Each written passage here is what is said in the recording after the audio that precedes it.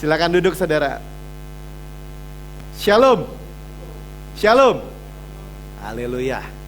Ya masih dingin-dingin gitu. Datangnya pagian. Artinya gini, nggak apa-apa saudara boleh datang jam berapa aja di sini ya. Kita menikmati Yesus. Cuman kita tahu bahwa waktu kita menikmati Yesus dari awal terus ya, saudara bukan berarti kalau nggak ke gereja atau nggak gini jadi masalah, nggak saudara ya. Yesus tetap menyertai saudara dimanapun ya. Tapi kalau kita dengar firman, kita menikmati Tuhan, kalau kita bersama-sama seperti ini, kita menikmati corporate anointing gitu ya, pengurapan yang bersama ya, yang kita nggak bisa nikmati sendiri ya. Bukan berarti Yesusnya kurang, enggak ya, tapi ada yang ya, ada pattern Tuhan, ada pola Tuhan yang Tuhan berikan. Nah hari ini kita sebenarnya di seluruh dunia kali ya, Israel Pentakosta ya, gereja merayakan Pentakosta. Kalau Pak Filipus saya bilang, wah hari ini kita dicurahkan Roh Kudus. Enggak, 2000 tahun yang lalu. Ya Pak, 2000 tahun yang lalu. Tapi kita nggak mau seperti ayat tuh Roh Kudus hanya kita, oh ada kok saya ada Roh Kudusnya nggak masalah. Tapi kalau kita nyemplung ke kolam, plung gitu ya, semuanya penuh dengan air Roh Kudus, ya kita menikmati lebih lagi kan dari cuma segelas, benar nggak? Ya, dan itu sudah disediakan, itu diberikan. Suatu ketika Tuhan Yesus bilang gini, nanti kalau kamu nanti aku akan berikan Roh Kudus, ya penolong, Parakletos. Tapi nanti, kenapa? Karena aku belum dimuliakan, kata Tuhan. Ya di Yohanes dikatakan, aku belum dimuliakan, dia belum datang, belum dicurahkan. Nah kemudian Yesus anak dombalah mati di kayu salib, menyerahkan dirinya. Kita udah tahu di sini kenapa dia mati. Dari ya. Alkitab Papi tolong. Ya, kalau dengan kematiannya kita bersatu dengan kematiannya. Amin. Ditas. Ya, artinya saudara tahu dan saya tahu dari mana bahwa kita di dalam Kristus. Firman Tuhan katakan bersatu di dalam kematiannya. Ya. Jadi kalau ini saudara dan saya langsing, ya kayak Pak Filipus ya, walaupun langsing. Kalau ini Yesus, Alkitab firman Tuhan, ya kita bersatu di dalam kematiannya, kita di dalam Yesus, amin. Ya, mati bersama Kristus. Dia mau mati supaya kita bisa masuk di dalam kematiannya sama-sama. Nah, waktu Kristus bangkit sama-sama nggak? Sama-sama. Ya, kita bangkit menjadi manusia baru, amin. Lahir dari manusia baru. Ciptaan baru. Kenapa kamu ciptaan baru? Dulu saya anak Adam 1. Karena Adam bikin dosa, Hawa bikin dosa, kena kematian, kutuk kematian. Ya. Dan semua kutuk kematian ini nggak ada yang lolos. Kita mati bersama Kristus, mati hukum Taurat bersama-sama hukum Taurat, kita bangkit bersama Kristus, kita bersatu dengan Kristus. Amin. Ya, kita di dalam Kristus. Kitanya masih kelihatan nggak? Enggak, ya kita nggak kelihatan lagi, kita di dalam Kristus. Dan waktu Kristus naik ke surga tanggal 14, 10 hari yang lalu, ya kan? Kita rayakan, naiknya mah udah 2000 tahun yang lalu, ya. Itu duduk di sebelah kanan Allah, dia dimuliakan nggak? Dimuliakan. Maka karena itulah aku sangat meninggikan dia, kata Tuhan. Ya, karena dia mengosongkan dirinya, mengambil tempat yang menjadi hamba, mengambil tempat yang terendah, bahkan mati di kayu salib. Maka itu Tuhan sangat meninggikan. Dan waktu Tuhan meninggikan, kita bersama-sama nggak? Bersama-sama. Amin. Ya, jadi jangan pernah lupa bahwa status kita, firman penulis Mazmur aja, Mazmur 1 udah tahu. Orang yang duduk dalam lindungan yang maha tinggi, yang bermalam dalam naungan yang maha kuasa. Orang yang duduk dalam lindungan El Elyon yang maha tinggi. Iblis maha tinggi nggak? Enggak. Ya. Iblis nggak maha tinggi, kita duduk dalam lingkungan yang maha tinggi. Yang bermalam, ya in the secret place, Almighty, Allah yang maha kuasa. Iblis maha kuasa nggak? Tidak. Ya sudah, dari itu aja udah jelas. Wow, duduk maha tinggi dalam kuasa. Dan di perjanjian baru Tuhan bilang ini, I'll never leave you, never forsake you. Aku sekali-sekali tidak pernah meninggalkan kau, tidak pernah melupakan kau. Engkau anakku selama-lamanya. Ya, itu dibuktikan. Ya, kayak Tuhan janji, kamu terima kuasa kalau Roh Kudus turun ke atas kamu. Saudara, jadi Tuhan gak bilang gini, kamu harus berkuasa ya, kamu jadi harus berkuasa. Enggak, kamu terima kuasa. Amin. Waktu Roh Kudus dicurahkan buat kamu, ya. Kemudian terima kuasa kalau ketika Roh Kudus diberikan, ya kan? Menjadi saksiku di Yerusalem, Yudea, Samaria sampai ke ujung bumi. Ya, menerima kuasa. Ya, jadi kita dijadikan seperti itu. Ada rahasianya, yaitu apa? Tuhan berikan kepada kita Rohnya. Ya. Dan itu yang kita mau dengan pelan-pelan hari ini. Ya, kita nggak usah keburu-buru. Waktunya panjang. Kita akan lihat, ya, lihat lagi. Bukan karena khotbah Roh Kudus ya, pencurahan Roh Kudus. Karena hari ini ya, besok nggak pencurahan. Ada gereja-gereja gitu. Ya, bukan gereja-gereja. Ada anak-anak Tuhan pikir kita doa puasa nih, mau pencurahan Roh Kudus hari ini. Ya nggak salah sih pujian penyembahan doa puasa. Cuman kayaknya Tuhan, ayo dong kita pelintir tangan Tuhan. Nggak perlu. Nanti akan kita lihat bagaimana kita itu datang. Tuhan bilang, ayo come. Ya, kayak tadi kita nyanyi, I will come. Betul gak kita ngomong? Datang ke mana? Ini ada air sungai kehidupan. Minum. Ya, barang siapa haus, datang kepadaku. Pakai syarat gak sama Tuhan bilang itu? Ya, kalau kita minum, dalam diri kita akan mengalir the rivers. Rivers, bukan the ya, rivers, sungai-sungai of living water. Air kehidupan. Benar, ya. Itu makanya kita berbahasa roh, ya. Dan itu sebabnya kita itu dipulihkan semua. Saya bayangkan ya, air hidup, air hidup, dengarnya, air hidup. Pak Filipus, di Bancai ada air hidup gratis. Kira-kira pergi nggak? Pergi ya. Karena apa? Air hidup.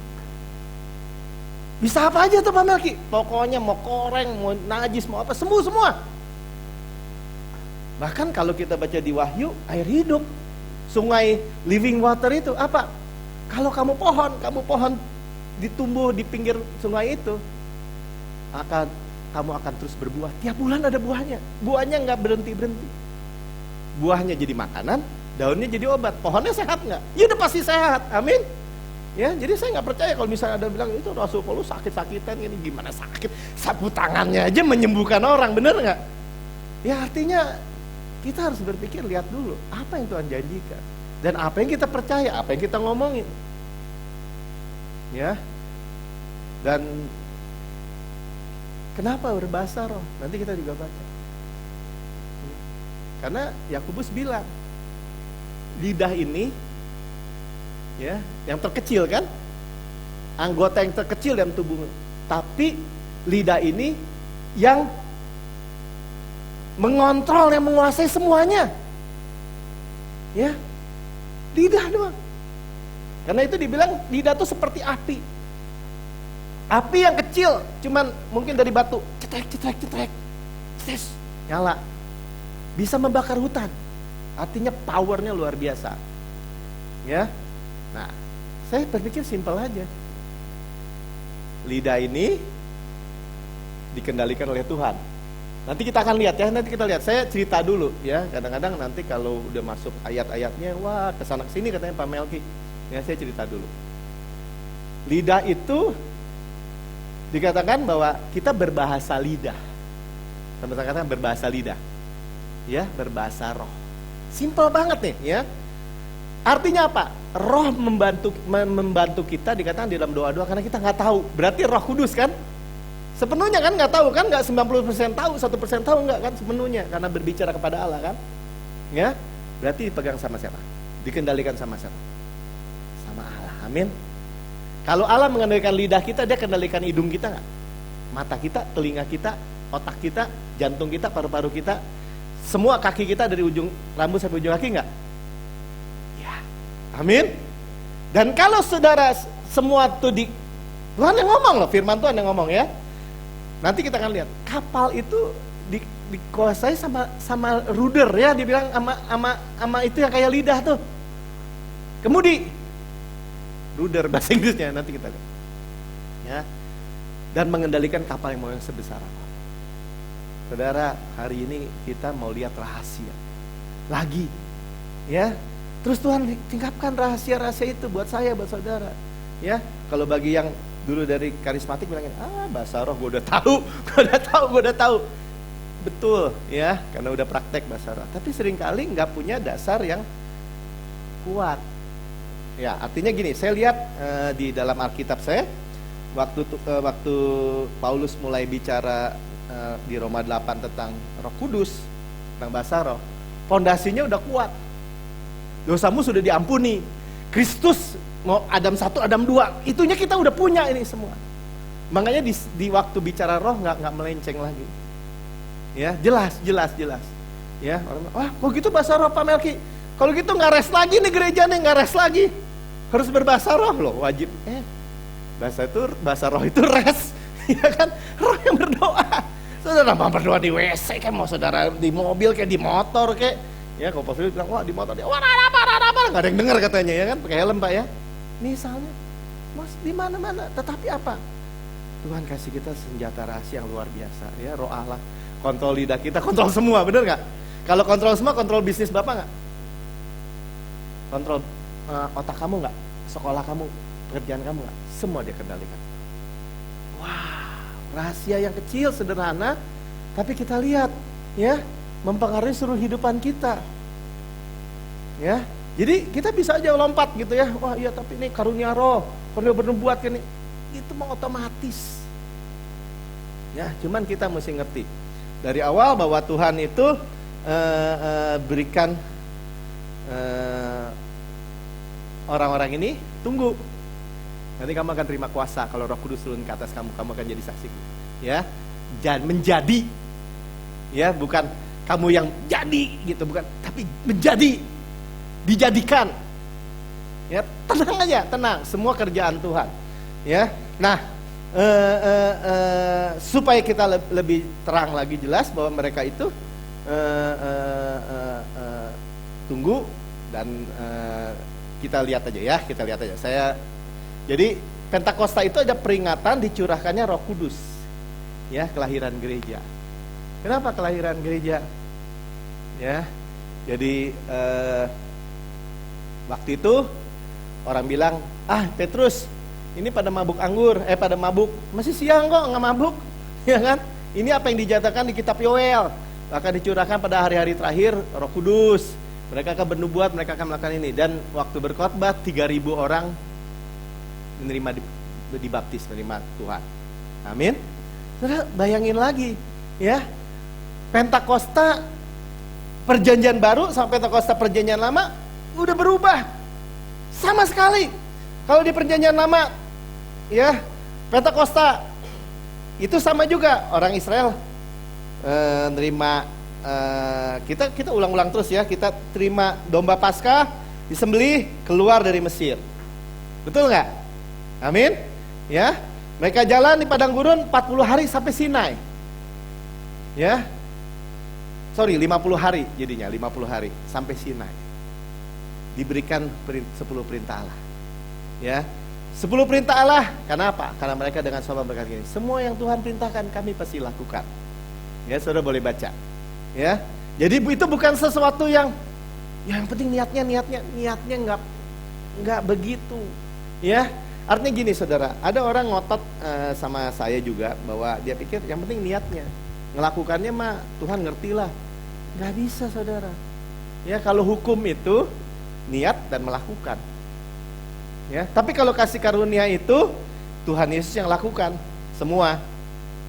Ya, jadi orang Israel itu kalau kita berpikir pakai cara berpikir yang lama, mereka niat, mereka belum lihat apa yang Tuhan mau kasih. 10 perintah Allah, jangan ada ilah lain, jangan membuat patung, jangan begini, ya. Semua jangan itu mereka belum lihat, mereka udah mentekan aja. Ya, padahal setiap kali hukum itu diberikan selalu ada konsekuensi namanya. Ya. Dan Tuhan menyatakan kalau kalau di perjanjian hukum Taurat, salah satu, salah semua. Jadi nggak ada nilai 90, nggak ada. Boro-boro 70, nggak ada. KKM-nya 100. Tahu KKM? Koefisien kelulusan minimum ya kali ya namanya ya. Ya, artinya kalau orang bilang, Nika, fisikanya lulus nggak? Kurang dikit pi, KKM-nya 7,5. Nika udah berapa? 7,3 pi. Ya kan 7 lulus loh, papi lulus sekolah 6 aja lulus. Nggak masuk KKM. Nah pertanyaannya sekarang, hukum Taurat KKM-nya berapa? 100. Bisa ditawar nggak? Nggak bisa. Kenapa? Karena kita deal sama Tuhan. Di surga nggak ada 0,0001 dosa, nggak boleh. Nggak ada. Perfect. Jadi bukan you do the best, bukan the best, bukan lakukan yang terbaik, God do the rest. You do the best, God do the rest. Nggak ada di ayat firman Tuhan berkata gitu. You do the best. Nggak ada. You do perfectly, sempurna. Ya, keluar dari situ, yang sempurna adalah darah anak domba. Ya, kita udah jelas kemarin, kita baru Paskah, kebangkitan, pengangkatan, ya. Yang perfect itunya, Tuhan lihat darah, Tuhan nggak mau hukum. Mereka keluar, mereka minta, bukan minta. Musa bilang, tahu nggak? Musa kasih tahu bahwa kamu tuh dibawa oleh Raja Wali, ya, dibawa oleh sayap Raja Wali keluar dari Mesir. Set. Ya, kita udah sering dengar di tempat ini, ya, bahwa mungkin mereka tuh jalannya juga ngambang-ngambang, ya. Kenapa? Bisa cepet. Wah, nenek-nenek, kakek-kakek, nggak ada yang fable, nggak ada yang timpang. Mau yang seumur hidup jadi budak, memang seumur hidup jadi budak karena udah 430 tahun, ya. Tidak ada yang sakit, bajunya nggak ada rusak, sepatunya nggak ada rusak. Makan mana? Makanan roti malaikat, kuat. Berarti apa? Tuhan yang bawa. Ya, tapi di titik mereka minta, ya, performance diri, upaya diri, diberikan. Tapi hari itu, Pentakosta itu, ya, Musa lihat Yosua, ada apa tuh rame-rame di perkemahan? Mereka pesta kali itu, Tuhan. Ya, enggak, mereka bukan pesta. Ya, ada sesuatu. Dilihat mereka sedang menyembah lembu emas. Musa dari lihat udah main banting aja, jebret. Itu dua lok batu. Harun, nanaonan mana? Ngapain lu buat gini? Harun, di bawah hukum Taurat. Iya tuh. Ya, saya cuma bilang anting-anting emas-emas ini saya kumpulin, saya buang ke api. Munculnya ginian katanya. Baca aja di Alkitab, ya. Yang munculnya adalah golden calf, anak lembu emas. Saudara mau di bawah hukum Taurat, ya, hukumnya belum turun sampai tanah aja, belum turun sampai orangnya. Hukum pertama udah dilanggar, jangan ada ilah lain di hadapanmu. Ya, ini pilihan dalam kehidupan kita, ya, dan disitulah hukum ditegakkan. Siapa yang di pihak Tuhan? Kamari, cuman orang Lewi yang datang.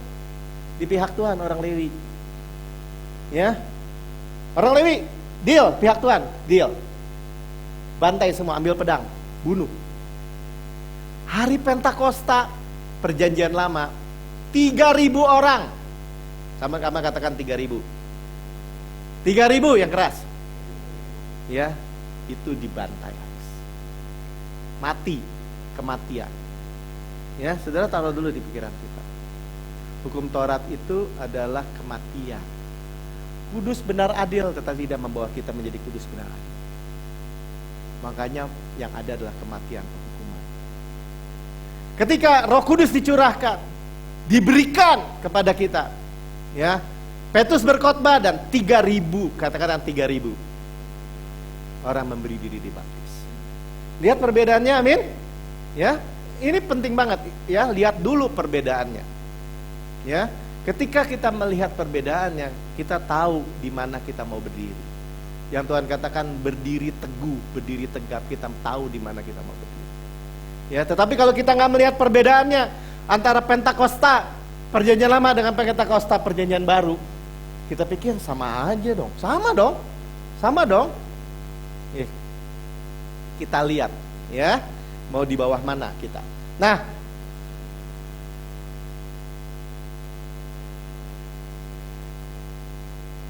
waktu hari Pentakosta dikatakan 122 orang duduk terima Roh Kudus, ya. By the way, waktu Tuhan Yesus bangkit, dia memperlihatkan diri lebih kepada 500 orang lebih. 500, sama-sama bilang 500. Ya, 500 lebih dibilang. Nanti saya kasih lihat ayatnya. Ya. Dan yang mau menanti, yang sabar menanti cuma 120. Ya. Mungkin ya sekitar seperempat. Ya, kurang lah ya, atau seperempat kurang lebih. Saudara, Tuhan gak lihat soal jumlah ya. Walaupun Tuhan mau semua orang diselamatkan, semua orang terima Roh Kudus. Cuma masalahnya sepertinya karena nearly too good to be true, ya, sangat-sangat kok bisa sih saya yang nggak layak diundang pesta, saya nggak layak terima Roh Allah, ya, kok bisa gitu? Kita orang berdosa terima kudus, Roh Kudus. Ya, jadi orang tuh belum apa-apa sudah menolak karena terus lihat ke diri. Nah, padahal Tuhan sudah melihat darah Yesus, sudah melihat Tuhan Yesus. Ya. Jadi di dalam Kisah 2 kita lihat ya, ketika tiba hari Pentakosta, tanggalnya sama, waktunya sama dengan apa yang orang Yahudi buat, ya. Jadi kalau hari ini Pentakosta dia di sana, ya. Semua orang percaya kumpul di suatu tempat. Tiba-tiba turunlah dari langit bunyi seperti tiupan angin keras yang memenuhi seluruh ruangan di mana mereka duduk. Ya, saudara, garis bawahi kata duduk, ya. Artinya kita rest, duduk, menanti. Ya. Kita udah belajar di tempat ini, ngapain itu Maria duduk-duduk menanti? Nggak bantuin Marta kerja. Kita udah tahu, ya. Ternyata Maria memilih yang lebih baik. Ya, saudara saya tuh, jadi artinya gini, waktu kita dengar rahasia, oh ternyata rahasianya simple, kayak teka-teki kan, kita bilang, wow teka-teki, waduh apa jawabnya juga udah nggak tahu, pas dikasih tahu, wah simple ternyata, ya, tapi udah tahu, giliran ditanya lagi udah tahu lagi belum? Tahu kan, ya, sama saudara, sebenarnya apa yang Tuhan berikan kepada kita, rahasianya tuh sederhana sekali, ya. Tuhan bilang duduk menanti, duduk mestinya menanti. Perlu pakai kualifikasi pinter nggak? Nggak perlu ternyata.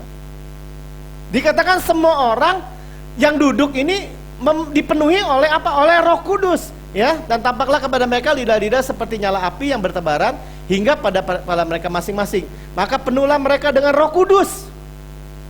Itu seperti, dan mulai berkata-kata dalam bahasa-bahasa lain seperti yang diberikan oleh Roh itu kepada mereka untuk mengatakannya. Berbahasa roh. Saudara, catat dulu ya, berbahasa roh. Sama-sama katakan berbahasa roh. Ya, ini sama-sama nih. Ya. Kita mesti perlu ada shift kalau menurut saya, ada poles ya. Karena apa? Karena sebagian besar dari kita dulu juga berbahasa roh. Ya, saya nggak mau bilang beda-bedain, bukan. Cara berpikirnya yang berbeda. Ya, kita bukan berbahasa roh, terus berbahasa roh terhadap bibis, dalam nama Yesus disanjuri, murabah sikira, buat apaan? Kita ngomong sama Allah. Amin. Ya, lidah kita dikendalikan oleh Tuhan. Dan kalau Tuhan bilang, kalau aku kendalikan yang kecil itu, aku kendalikan seluruh tubuhmu. Rahasia kan? Rahasia. Jadi waktu kita berbahasa roh, kita tahu. Dia saya 28 juga dibilang gitu ya. Ini perhentian. Ini perhentian, ini tempat perhentian di orang-orang yang berlogat ganjil, berbahasa roh, berbahasa lidah. Tapi kamu nggak mau, kamu mau lari, mau cepet, mau begini, terbalik. Simpat, ya. Cuma nanti kita lihat. Begitu mau dong. Kalau mau gimana? Nanti kita juga lihat, ya. Duduk aja tinggal. Waktu Yerusalem tinggal naik, ya. Waktu itu di Yerusalem diam orang-orang Yahudi yang saleh dari segala bangsa di bawah kolong langit. Ingat, ini Pentakosta, amin. Ya, Pentakosta pada pulang. Yang dari Mesir, yang dari mana, orang-orang Yahudi pulang. Karena mengadakan perayaan pesta ke Yerusalem. Datang. Ya, datang. Ketika turun bunyi itu, berkerumunlah orang banyak, mereka bingung. Karena mereka masing-masing mendengar rasul-rasul itu berkata-kata dalam bahasa mereka sendiri. Ya, dalam bahasa mereka berasal, itu ya maksudnya. Mereka semua tercengang-cengang dan heran, lalu berkata, bukankah mereka semua yang berkata kita orang Galilea? Bagaimana mungkin kita masing-masing mendengar mereka berkata-kata dalam bahasa kita sendiri, yaitu bahasa yang kita pakai di negeri asal kita. Ya. Dan ini ada 15 suku ya, Partia, Media, Elam, penduduk Mesopotamia, Yudea, Kapadokia, Pontius dan Asia, Frigia, Familia, Mesir, daerah-daerah Libya yang berdekatan dengan Kirene, pendatang-pendatang dari Roma. Lanjut. Sudah lihat nih. Baik orang Yahudi maupun penganut agama Yahudi, orang-orang Kreta, orang Arab, kita mendengar mereka berkata-kata dalam bahasa kita sendiri tentang perbuatan-perbuatan besar yang dilakukan Allah. Saudara lihat ya, bahwa Tuhan itu, bayangin waktu lahirnya gereja, dia gembala, dia sendiri yang mengumpulkan domba-domba. Amin. Halo, amin. Dari berbagai negara, dari berbagai bangsa-bangsa. Jadi kalau sekarang nih, hari-hari ini sudah dengar berita Yesus lagi, cerita perbuatan-perbuatan yang dilakukan Allah, bukan yang dilakukan manusia, sama-sama katakan dilakukan Allah. Ya. Kalau yang dia dengar, oh dulu Daud, betapa hebatnya Daud, betapa hebatnya Musa. Enggak. Perbuatan-perbuatan yang dilakukan oleh Allah. Itu yang kita dengar hari-hari ini. Itu yang saudara saya dengar hari-hari ini. Ya. Bahwa grace itu ada pekerjaan yang Tuhan lakukan. Ya. Mereka berbahasa rohnya memang berbahasa roh yang berbahasa yang mereka nggak ngerti sendiri, tetapi orang yang aslinya misalnya saya berbahasa Mesir atau berbahasa Jepang mungkin atau berbahasa India mungkin ya kan, itu yang dari sana itu dengar dan mereka bilang kok mereka ngomong bahasa kita nih, bahasa dia nggak ngerti, kok dia kan orang Galilea. Ya, saudara lihat ya, ketika kita berbahasa roh, nanti kita lihat ya, berbahasa roh yang seperti roh kita berikan, kita tenggelam di dalam sungai air kehidupan. Ya, kita tenggelam sepenuhnya dan apa yang Tuhan berikan pada itu, ya, kita akan lihat. Pertama, hidup kita dihidupkan, ya, bahasanya gini ya.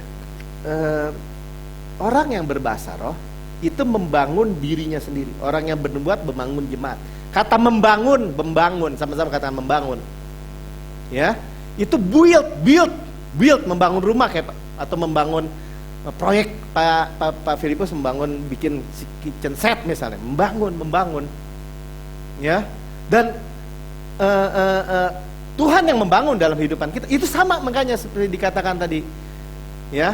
Waktu lidah kita dipakai, dipegang, semuanya dibangun.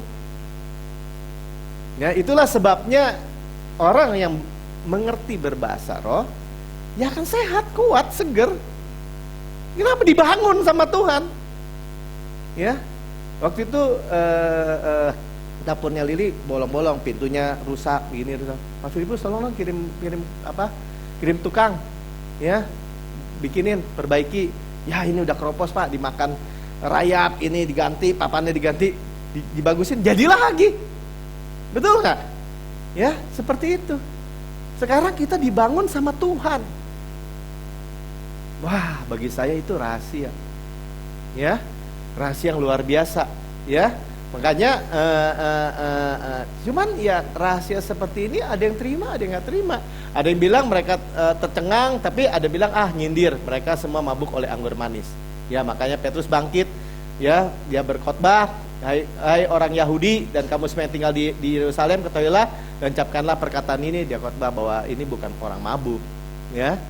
Dan Roh Kudus sudah dicurahkan 2000 tahun yang lalu. Air sungai kehidupan itu, Yesus itu kita bilang, Tuhan, saya terima Yesus. Tuhan, saya masuk, saya minum, saya minta. Gampang sekali, ya. Mudah sekali, nggak perlu pakai yang rumit-rumit. Tetapi apa akibatnya? Apa yang dicari bangsa-bangsa? Apa yang dicari orang-orang di luar sana? Disediakan semua buat kita. Ngeri ya kalau orang Kristen tuh kebayang yang sebaliknya gitu. Bahwa kehidupan orang Kristen tuh wah menderita, mahkota duri, pikul salib. Ngeri nggak? Ngeri. Kenapa? Itu Tuhan sudah pikul supaya saudara dapat Roh Kudus gitu loh. Ya, jadi jelas ya bahwa Pentakosta pertama the law of death. Law, death, kematian, sama-sama kata kematian. Ya, Pentakosta kedua gereja lahir, roh. Hukum roh yang menghidupkan, sama-sama katakan hukum roh yang menghidupkan. Ya, saudara, ini bisa dicek benar-benar ya. Saya juga nah sekarang kita mau masuk nih. Ya, jadi jelas, oh iya ya. Pentakosta pertama diberikan 10 hukum Taurat, 10 perintah Allah. Yang itu hukum yang mematikan. Kenapa mematikan? Hukumnya bilang gini, jika kamu baik-baik, maka. Jika tidak, maka. Ya. Dan firman Tuhan katakan gini, tidak ada seorang pun yang dapat melakukan hukum Taurat. Berarti makanya apa? Mati. Hukumannya jalan. Sederhana sekali kan? Jikanya makanya jelas sekali. Ya. Nah, hukum roh menghidupkan gimana? Believe, percaya. Kalau percaya gimana? Maka dalam dari hidupmu, ya nggak usah cari ke Cikapundung, nggak usah cari apalagi ke ujung Berung, apalagi sampai ke Gunung Himalaya. Air sungai kehidupan mengalir dari diri kita. Amin. Wah, nggak jauh-jauh saudara, simple banget. Ya, cuman dengan understanding yang benar. Ya.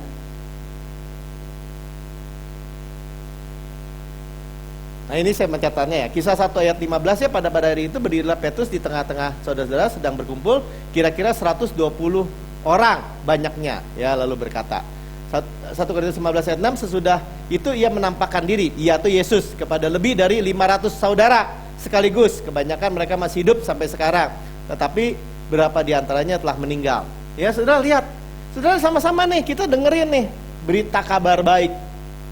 Yang dengar sama yang keluar menerima bisa cuman seperempatnya, nggak masalah.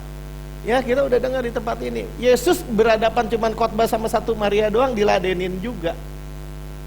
Ya, cuman gini, artinya saya berketapan hati, mungkin Martin di belakang, ya bukan Martin, istri saya, jadi Pak Filipus semua berketapan hati, wah nggak mau dong, orang dikasih cuma-cuma bagus begini masa disia-siakan sih? Saya bilang, mana ada sih Pak yang menyanyiakan kasih karunia? Ada. Tadi pagi saya baca ayatnya. Ya, Paulus bilang gini, aku tidak mau menyia-nyiakan kasih karunia yang ada padaku. Berarti apa? Bisa disia-siakan nggak? Bisa. Jadi kalau orang tanya, Pak, itu juga grace tuh, grace, buktinya tuh kecelakaan. Buktinya sakit kok, buktinya gini juga. Saya tetap percaya kasih karunia Tuhan itu memberikan kepada kita semua tersedia di meja. Yang mau ngambil nggak mau ngambil ya jangan salahin dong. Ya jangan salahin gini. Oh mana tuh gue buktinya gue lapar, lu makan nggak? Ya gue percaya itu nasi goreng dimakan nggak? Enggak.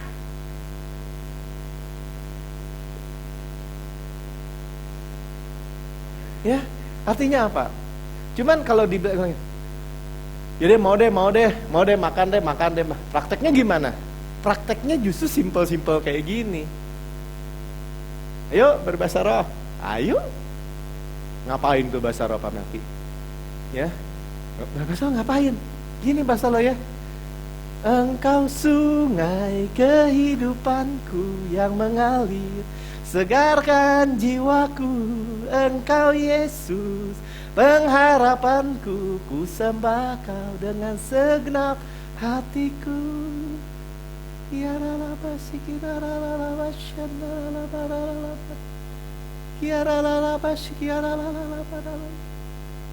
Gitu kan susah Pak. Susah apanya? Yang ngomong juga Tuhan, amin gak Pak? Minum. Makanya Makanya saya di tempat ini bilang terus terang aja. Kalau sudah, terus orang di gereja Grace ngapain sih? Ngapain kalau udah terima Grace? Makan. Makan capek Pak, kerja Pak. Mati aja deh lu. Kan saya udah bilang gitu. Cuma disuruh makan sama minum. Masih nggak mau juga, masih bilang works. Mati aja deh. Bener. Ya. Saudara kan saya udah bilang, kalau nggak makan itu bukannya harus makan, lapar, amin. Halo, amin. Ya, kalau nggak minum itu bukan harus minum, haus. Mesti sekali-sekali jalan gitu ya, kemana gitu, ikut maraton lah gitu ya kan, terus nggak usah minum gitu tahannya. Iya ya, haus tuh teh berasa pisan. Ya, dan kita udah bicara belak-belakan. Ya tapi gue gak mau makan yang lu berbahaya, gak mau makan, lu pasti makan. Kalau gak mau makan yang Tuhan sediakan, yang begitu baik, yang begitu nikmat, saudara pasti makan. Makan apa? Ya makan filsuf kali, mungkin makan motivator kali, mungkin saudara baca koran, makan makanan itu kali, beras, plastik. Iya bener. Ya, kata Martin tadi, iya Pak, sekarang itu ciri-ciri iblis tuh bikin sebaliknya. Ya bener juga, sekarang lagi banyak beras plastik, susu plastik, apa plastik nih? Telur plastik. Kalau mereka ayam plastik itu mah di Gramedia kali ya, maksudnya pajangan. Ya, plastik dikasih yang asli nggak mau. Terus kadang-kadang kita perlu lihat juga loh, aneh ya. Iya ya, lihat wah perjinahan rame. Di ini.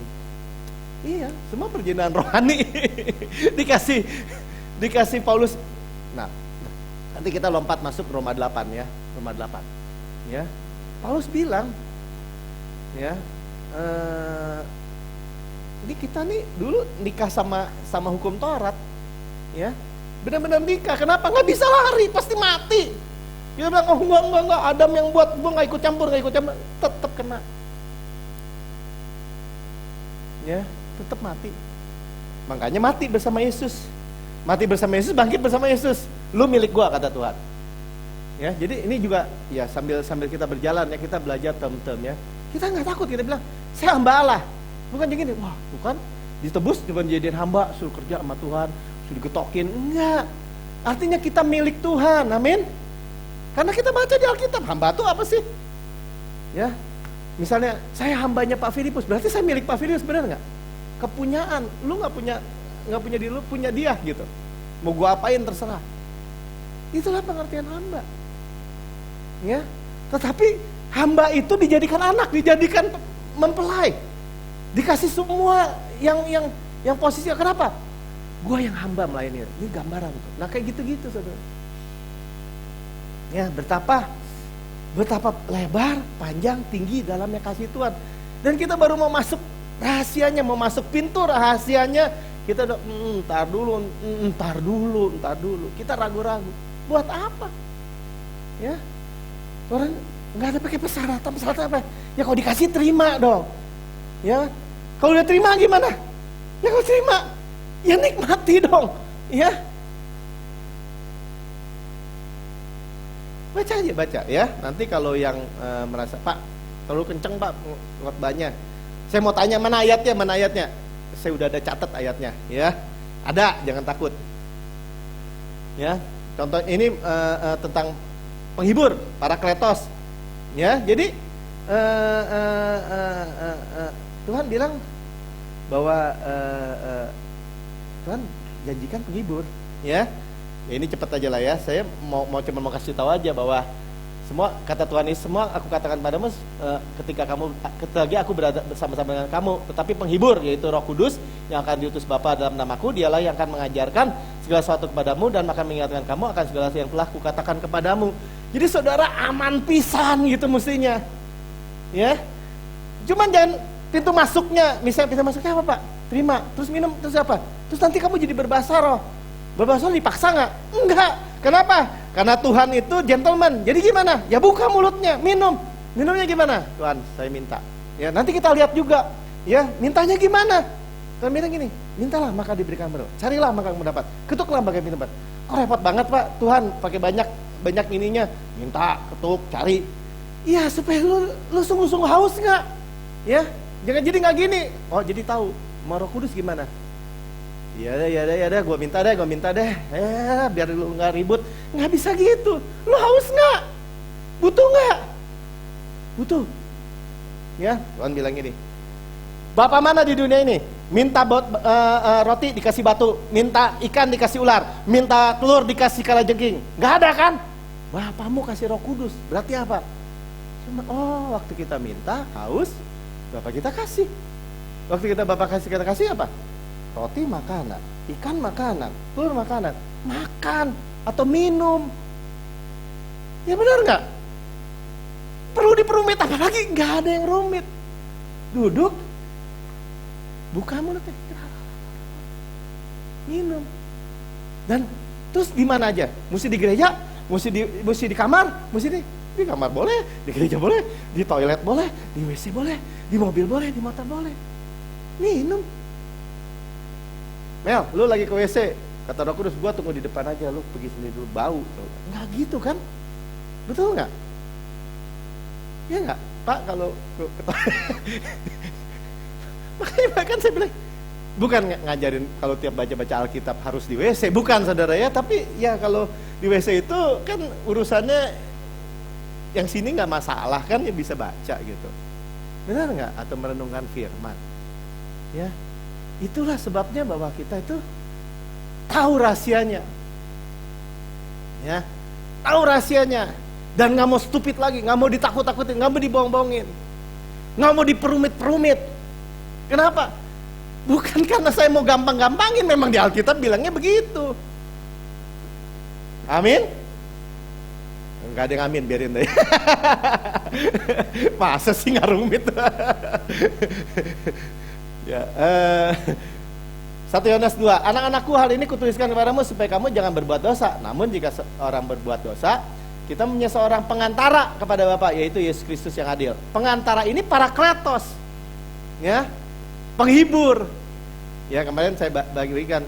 Jadi pengantara ini kalau kita gagal sekalipun, dia bilang jangan takut, ada advokat. Kan sama Bapak, masa Bapak pakai advokat? Misalnya Mika ada masalah sama saya, aku panggil pengacara, Papi menganiaya anak, misalnya gitu kan, gue panggilin lu pengacara. Enggak gitu ya. Panggil mamihnya, namanya penghibur. Mik udahlah. Mungkin kamu salah paham, ya kan? Tapi gini. Ya, tenang kok, tenang, ya kan? Bahwa hukuman itu sudah mami tanggung, ya. Yesus bilang itu, hukuman itu sudah ya aku tanggung. Bapak perhitungkan kesalahan si Melki sama aku. Itu faktanya, benar nggak? Amin. Ya masa Tuhan mencela-mencele gitu kan? Sekali bilang gini, kalau kamu salah, gua perhitungan sama lo. Atau 90% lu, gua atau enggak. Semuanya tidak diperhitungkan kepada kita lagi. Tapi gimana teknisnya? Ya begitu. Ya. Artinya apa? Wah, kehidupan orang Kristen ternyata bukan hanya mudah, tapi menyenangkan gitu ya kan? Makanya bilang gini, aku akan memulihkan jiwamu. Kan gimana? Seperti aku menuntun kau ke air yang tenang. Aku menyegarkan, aku restore jiwamu. Jadi jiwa kita minggu lalu kan belajar ya. Waktu jiwa kita dipulihkan, maka kesehatan kita seluruhnya tuh seperti jiwa kita baik-baik saja. Nah itu berarti apa? Poin pertama adalah jiwa kita. Kenapa begitu? Ya begitu. Ya, Daud itu sudah tahu. Nah, salah satunya apa? Satunya kita nggak dihukum lagi. Terus diberikan Roh Kudus. Terus ya jangan terus ya terus saja. Ya, kalau dikasih air tenang, dikasih sungai air kehidupan, ya minum. Sama-sama katakan minum. Ya. Tadi kan Pak Firman bilang pagi-pagi, siapa ini belum biasa-biasa haleluya ya nggak salah. Cuman ada yang lebih dari itu. Kita sendiri nggak ngerti kita berbicara kepada Allah, ya Pak ya. Dan itu kualifikasinya apa? Yesus. Saya nggak qualified kalau nggak ada darah Yesus yang menyucikan saya. Saya nggak terima, nggak ada. Tapi semua qualified kenapa? Karena percaya Yesus. Amin. Ya. Ayo, ayo, ayo. Ya, ayo itu bukannya dimotivasi. Ayo, ayo, ayo. Minumlah, ya kan? Kalau saudara nggak minum yang roh, pasti minum yang daging. Nah itu ininya ya. Jadi comforter tuh, parakletos, pengantara, penasehat, pembela, pengacara, penghibur. Ya, baik yang di tadi di 1 Yohanes 2 ayat 1 maupun yang di tapi penghibur yang di Yohanes 14 ayat 26. Ya, penghibur sama tuh. Ya, saudara lihat ya, jadi pelan-pelan lagi, jangan cepat-cepat. Saudara punya penghibur apa pendakwa? Penghibur ya. Penghibur apa comel? Apa tuh peneging? Lu penyemooh, ya kan? Lu nggak mandi ya Mek ya? Lu nggak ini ya? Pokoknya ngoceh aja gitu. Makan jangan ini tuh. Bukan comel, saudara, bukan pencemooh, bukan. Lu orang Kristen, lu cuma lu badan lu gede dong. Bukan gitu, benar nggak? Pak Filipus, Anda anak Allah. Kau sudah tembus. Ya, tapi Tuhan, saya gagal lagi. No way, no. Nggak apa-apa. Darah Yesus menyucikan kamu. Ayo, jalan. Ayo belajar. Ayo maju. Ya, itu penghibur, comforter. Amin. Ya. Gimana gaulnya sama dia? Saya butuh banget tuh Pak comforter. Saya susah terus hidupnya, saya stres terus hidupnya. Dan bilang, minum. Terus akibat nanti saya minum gimana? Maka dari mulutmu, dari hatimu keluar aliran-aliran air kehidupan. Secara fisiknya kelihatannya apa? Saudara berbahasa roh. Musik kenceng-kenceng kayak tadi Pak Filipus. Ya karena dia pakai mic di gereja. Ya dia nggak usah kenceng-kenceng juga kalau misalnya dia lagi ketemu klien ya Pak ya. Dia dalam hati kita. Mungkin nggak bersuara, bisa nggak? Saya Pak ya. Bisa. Tapi kita minum terus. Betul nggak? Ya. Tapi kalau dia lagi pakai helm, naik motor, lari 70-80, wah apa sih kira apa? Polisi nengok enggak kan, enggak kedengeran kan? Ya kenapa? Ya ekspresi aja. Kenapa? Mungkin kerjaan banyak gitu ya kan? Tapi kan enggak perlu gimana ya? Atau makan apa? I'm righteous of God in Christ. Grace, ya kan? I'm righteousness of God in Christ. I walk as righteous, I bless as righteous. Ya kan? Dosa saya sudah diampuni. Saya greatly blessed, highly favored, deeply loved. Ya, full of joy, full of peace, full of love. Ayatnya ada nggak Pak? Ayatnya ada. Ya kan? Makan. Ya, atau sudah enggak, saya nggak mau itu Pak, yang persis ayat. Boleh aja ya kan? Orang yang duduk dalam lingkungan Mahadi, bermalam dalam naungan yang Maha Kuasa, berkata kepada Tuhan, tempat perlindunganku, kubu pertama, Allahku yang ku percaya. Gua percaya Tuhan. Percayanya gimana? Maha tinggi, iblis nggak maha tinggi. Ya cuman jangan kayak, ya ada orang lah ya. Saya hafalin nih Pak ayat ini, ngerti nggak? Enggak. Terus apa? Gak tahu lah, pokoknya asal hafal aja. Ya nggak gitu juga, nggak dimakan tuh namanya. Gong yang berkumandang, calang yang gemerincing. Tapi kan bahasa roh nggak ngerti. Kita ngerti bahwa lidah kita itu dikendalikan oleh Tuhan. Amin. Kalau lidah kita dikendalikan oleh Tuhan, seluruh tubuh kita, seluruh organ tubuh kita, seluruh sel tubuh kita, seluruh bagian dari tubuh kita dikendalikan oleh Tuhan. Amin. Dan kalau Tuhan kembali kendalikan, dia lihat gini, Mel, hati lu kurang bagus Mel. Dibagusin nggak? Dibagusin. Ya, nah ini Paulus ya, waktu dia masuk menciptakan Roh Kudus, dia mulainya gini, aduh tolong, ya, saya terkoyak oleh keinginan yang berkonflik dalam diri saya. Saya mau melakukan yang baik, yang jahat ada padaku. Ya, hukum yang mestinya menghidupkan aku malah membunuh aku, membangkitkan dalam diriku rupa-rupa keinginan. Jadi gimana, aku manusia celaka. Frustrasi ya, jadi percampuran itu frustrasi. Paulus, jadi kan saya mau cerita ya. Ini saya mau nyebrangnya gini aja. Kembali lagi bahwa kalau saudara masih ragu, kita lihat bahwa ada yang namanya menurut daging atau menurut performance diri, itu hukum Taurat mematikan atau menurut roh.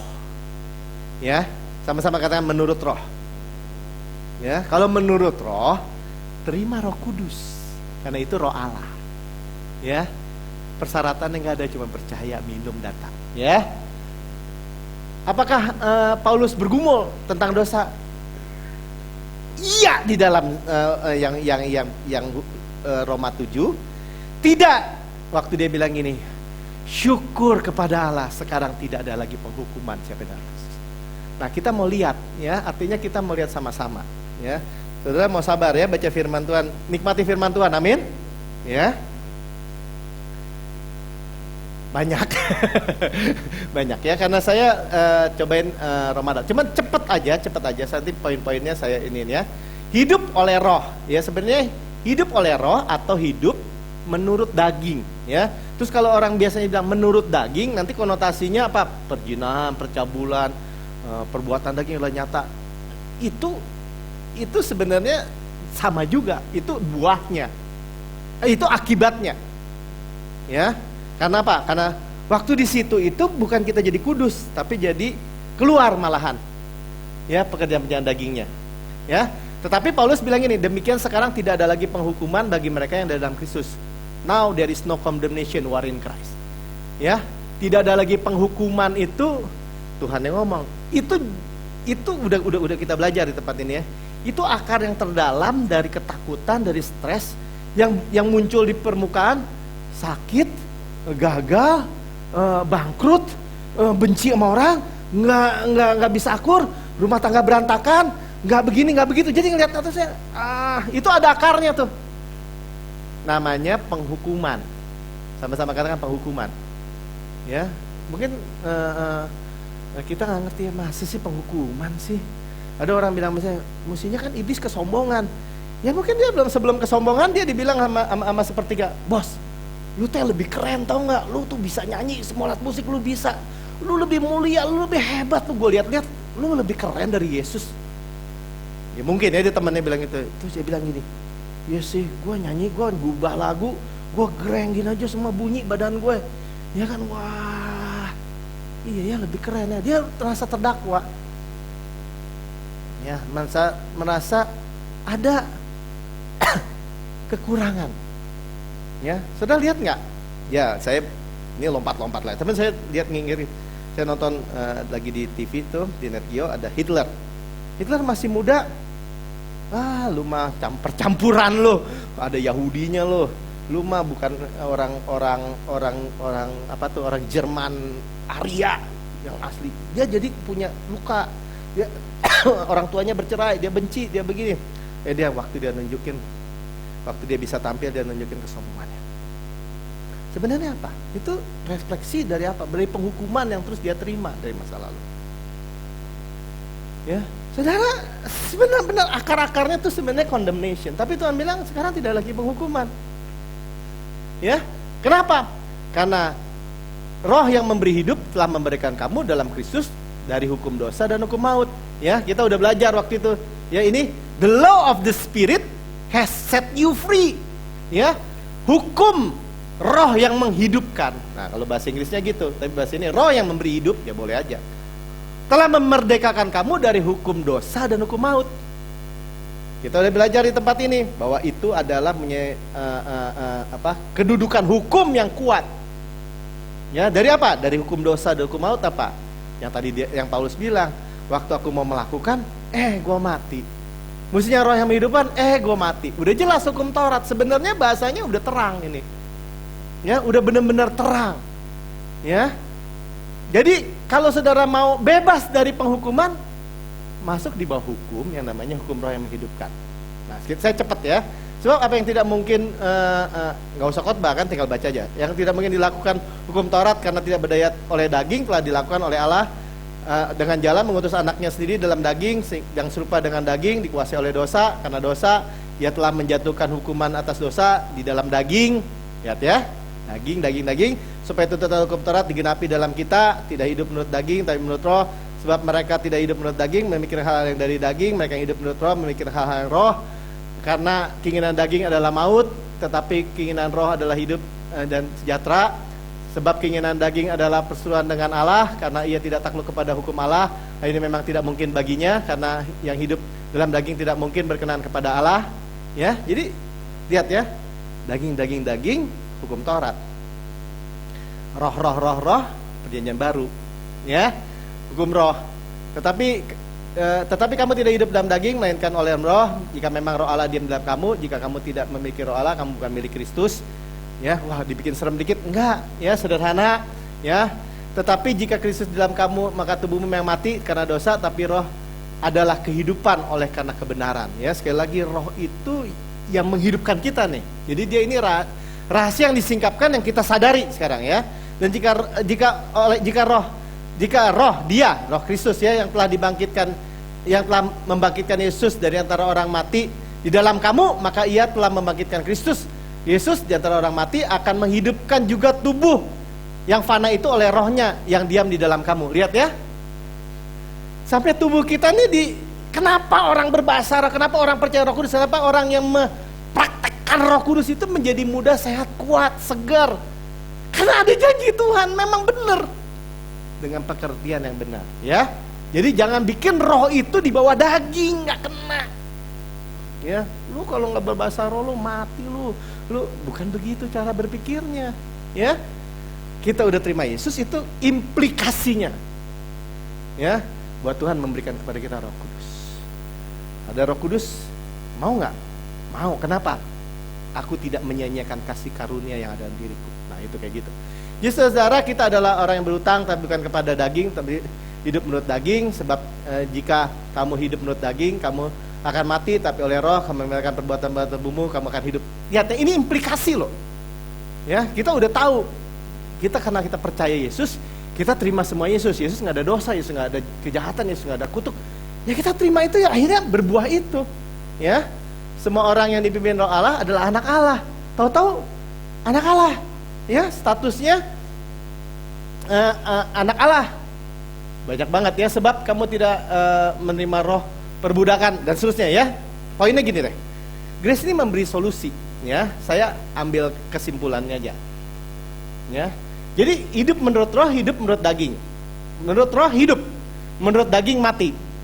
1, tidak ada penghukuman.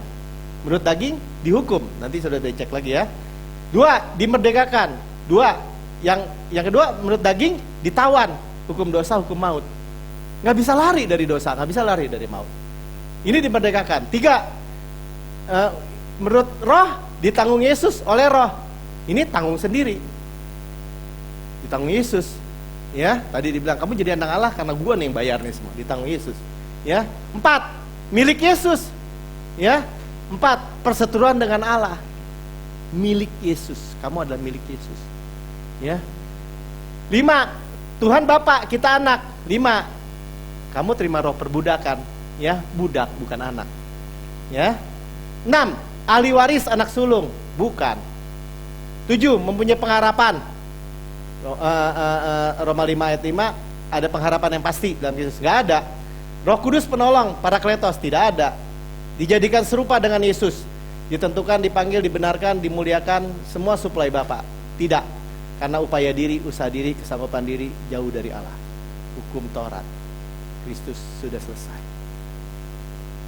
ya. Jadi bukan kalau orang ngomong ya, oh ini Pentakosta nih, oh kita mah karismatik, berbahasa roh, berkarunia roh. Kalau dasarnya nggak ngerti, campur lagi roh yang mana lama-lama ya. Benar-benar kita nih hari-hari ini akan berhadapan dengan itu ya. Roh yang mana? Kalau bilang tuh Roh Kudus bilang ini, kamu adalah anak Allah, sekali anak tetap anak, darah Yesus telah mengampuni dosamu, masa lalu, masa kini, masa depan. Pengkhotbah, gue orang karismatik,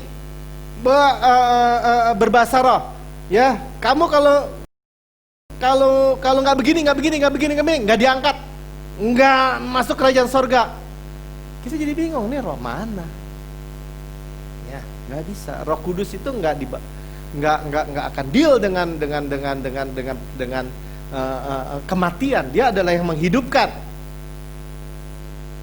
ya. Ini yang saya bilang ya. Kita berbahasa roh Yang pertama, di 1 Korintus 14 bilang gini, kalau kamu berbahasa roh, kalau membangun diri sendiri. Artinya gimana?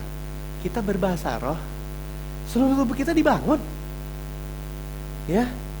Terus Yakobus bilang, lidah ini yang terkecil. Ya, makanya dikatakan bahasa lidah, bahasa roh itu bahasa lidah. Sama-sama katakan bahasa lidah. Ya. Waktu kita berbahasa roh, tadi kalau kita terusin tuh Roma 8 ayat 28, karena kita nggak tahu bagaimana kita berdoa, harus berdoa, tapi roh itu menolong kita dalam perluan-perluan yang tidak terucapkan, ya. Itu artinya apa? Roh lidah kita dikuasai sama Roh Kudus. Amin, sama Allah. Amin.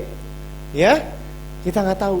Waktu dia pegang, seperti dikatakan seperti lidah ini yang mengatur kapal yang besar, kapal segede gini. Ini emang gede juga karena kapalnya gede ya. Jadi kalau orang segede gini ya 2-3 kali orang, ya kalau jendela ini orang tuh biasanya kecil sekali ya. Itu rudernya cuma segede gini. Ya. Tapi ini yang menentukan kapal ini mau berlayar kemana, mau selamat atau mau nggak selamat, mau susah apa nggak hidup susah. Jadi saudara, lihat nggak bagaimana Tuhan itu sudah memperlengkapi kita, nggak kekurangan sesuatu apapun. Amin. Ya. Dan dia berikan kepada kita itu bukan lu mau dapat Roh Kudus lu, waduh susahnya minta ampun, lu mesti naik ke Gunung Himalaya lo. Air sungai kehidupan, mata airnya ada di situ, ya kan? Lu datangnya juga mesti udahlah tanggal tertentu, hanya 24 Mei 2015. Kalau nggak lewat lo mampus lu semua. Nggak begitu ceritanya. Ya. Tapi ya manusia kadang-kadang senang yang tadi, beras plastik tadi. Kita nggak suka yang beras plastik di sini. Amin. Ya. Makanya Tuhan bilang gini, kembali lagi, siapa yang haus datang, minum. Sama-sama katakan minum. Ya, dalam artinya akan mengalir the rivers of living water, air sungai kehidupan. Saudara, gampang banget kan? Air sungai kehidupan hanya datang karena haus. Ya, sama-sama katakan karena haus. Ya. Haus itu buktinya apa? Minta, cari, ketuk. Mintalah maka diberikan apa? Carilah maka diberikan. Ketuklah maka dibukakan. Ya, yang dibutuhkan tuh haus itu nggak tahu nih. Saya cuma pikir gini. Kita jangan-jangan bilang haus aja pekerjaan yang berat gitu ya. Haus tuh otomatis, saudara udah nggak minum Roh Kudus, ya nggak minum air kehidupan, nggak baca Alkitab. Saudara tuh sebenarnya diri kita ini tuh lapar sekali. Makanya dikasih apa aja tuh diterima, ya kan? Wah, mak bahaya lu hidup sekarang lu bahaya banget. Kenapa? Semua plastik. Celaka gue dong, celaka lu gue makannya sering bagi di luar. Itu kan artinya kita makan kan? Makan berita yang dari luar. Ya tapi Pak Melki emangnya kalau lu terima Roh Kudus, lu belas plastik lu makan juga? Enggak. Ya Roh Kudus pelihara hidup kita. Mel, lu jangan makan di situ, lu makan yang ini. Ya dia pimpin hidup kita. Kenapa tadi kita baca? Ya, Parakletos itu mengajarkan segala sesuatu. Saya udah berulang-ulang bilang di sini, ya. Fisika segala sesuatu enggak? Kimia segala sesuatu enggak? Tukang kayu segala sesuatu enggak? Ilmu apa? Perbintangan atau apa? Maksudnya antariksa gitu. Ilmu bikin pesawat, bikin mobil, bikin kapal, segala sesuatu enggak? Tuhan bilang iya mengajarkan segala sesuatu. Dan mengingatkan kamu akan segala sesuatu yang kukatakan kepadamu. Saudara, wah kalau gitu ini jangan main-main nih. Ya, si ruder ini kecil ini cuman minta menerima karena sudah selesai. Ya, makan firman Tuhan yang kita dengar, oh iya makan. Oke? Ya, jangan terlalu kejauhan juga nanti alot ya. Ya, tapi Pak 7-9 karunia roh ya boleh nanti kapan-kapan ya. Cuma maksudnya gini, itu kita udah tahu, oh dia tuh Pastor Prince tuh bisa bernubuat atau ini karena apa? Karena dia minum air sungai kehidupan. Rahasianya tahu semua. Amin. Ngapain? Ya cuman seperti Pak Firman bilang, udah di meja udah makan ya, udah ada minumannya. Yang nggak mau diminum salah siapa? Ya, salah sendiri, ya. Atau ada orang ini yang lebih parah gitu, betul-betul ya. Jadi ada teman saya kemarin ngomong, ya pendeta juga, dia bilang, ya tapi Pak Melki saya lagi kecewa nih sama Grace. Kenapa? Ya buktinya itu kejadian gitu sih, itu kejadian gitu sih, kejadian gitu. Dan saya lihat kok orang Grace nggak bisa punya kehidupan yang firman ya, makmur atau apa gitu ya. Ya saya cuma bilang gini, ya ada yang menyia-nyiakan. Kita sama-sama aja ngomong belak-belakan. Ya, ada yang menyia-nyiakan. Kita menyia-nyiakan tuh apa? Nikah di rumah saya, dia air saya nggak suruh bayar tuh kalau dia mau minum, mau mandi, ya kan?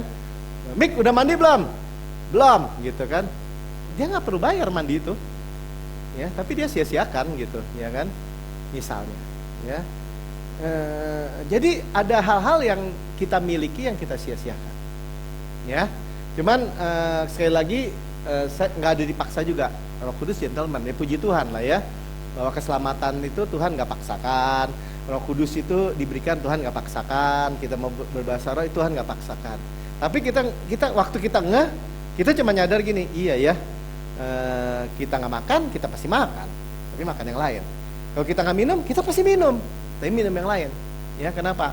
Karena waktu kita lihat survival aja tuh di filmnya, saya lihat TV ya, itu kadang-kadang maaf kata ya, dia minum kencingnya sendiri diminum, saudara. Pernah lihat nggak? Ya saya pernah lihat sih saya bilang Sharon, lihat tuh di net Geo ya, dia jalan di padang gurun, ya.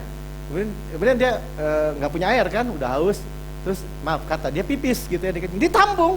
Kenapa? Buat minum, diminum, benar-benar diminum. Ya. Kenapa? Karena haus. Ya.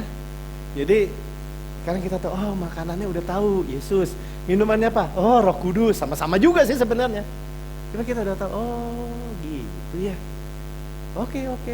Ya, masing-masing nanti Roh Kudus akan menuntun sendiri. Oke, kita nyanyi yuk.